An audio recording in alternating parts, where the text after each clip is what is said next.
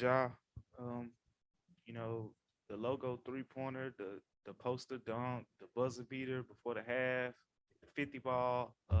What what was the most memorable thing you'll take from this, or you'll remember probably for the rest of your life? Got to be the 50 ball, man. First in history. I ain't gonna lie.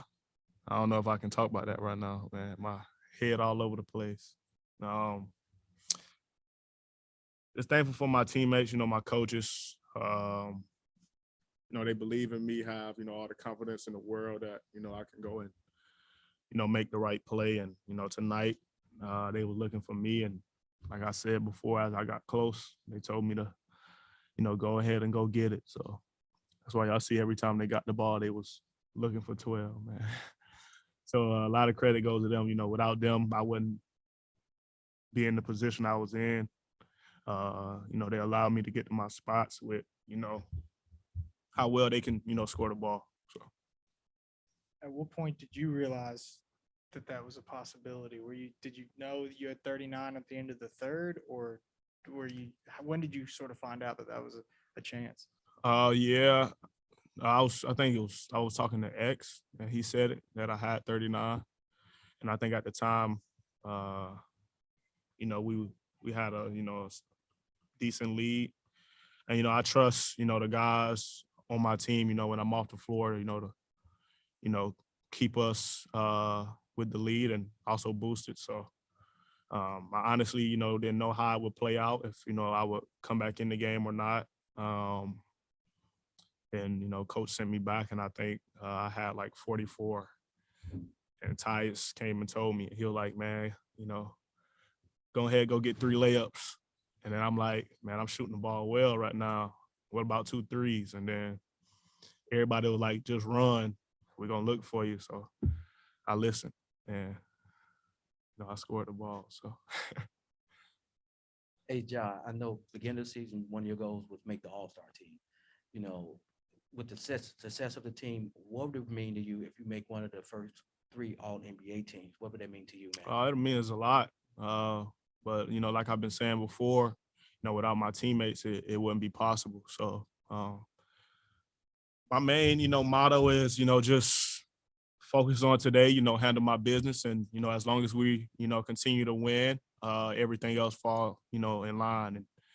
And, I tell the team, the same thing. Once we started winning games, more people, started watching us. We start, being in the, top rankings, the teams in the league, getting more TV games. And that's just from, how hard we play and, us winning basketball games. And, with that recognition, we had, now Jaren in the, defensive player of the year talk, Dez, making rising stars, and me being an all-star. So just got to continue to handle business, take it day by day and, let it play out.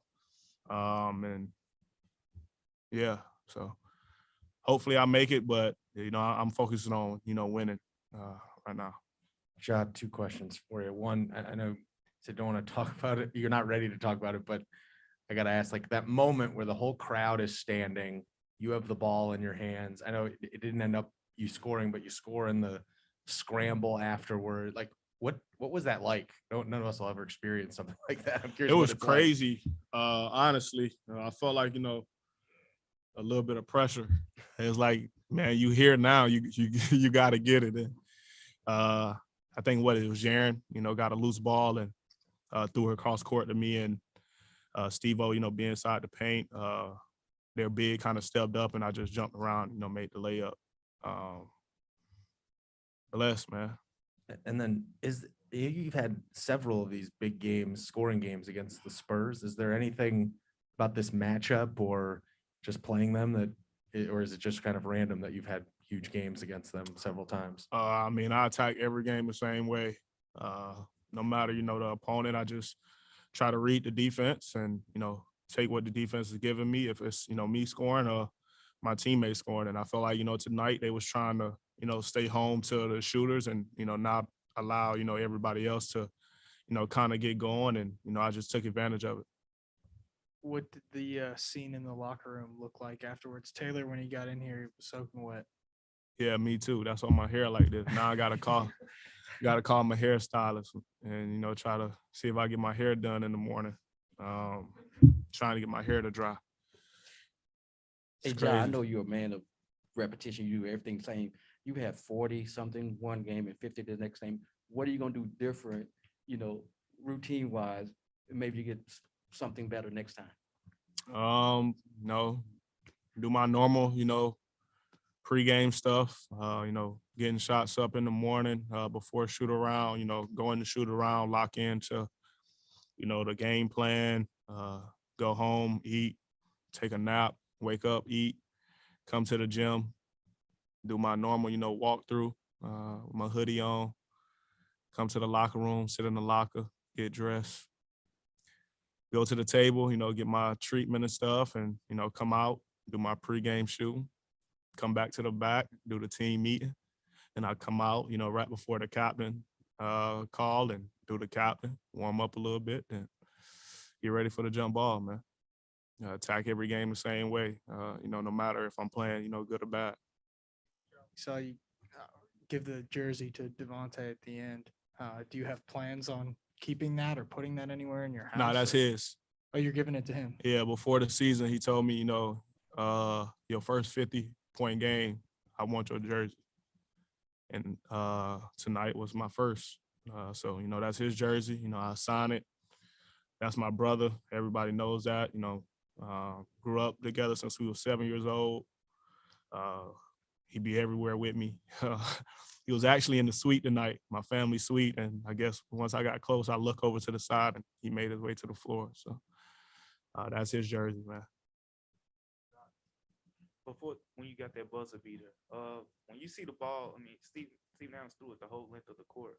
When you see that ball in the air, just what's going through your mind? I mean, do you think you could probably ever make a play like that again? And then secondly, Taylor Jenkins was just in here. He said you'd probably, be the quarterback on the team, but do you think you got some wide receiver skills too? Oh, for sure. I'm only a red zone guy though. Fade route, jump ball, me, man. I ain't doing no quick slants, cutting across the middle, none of that.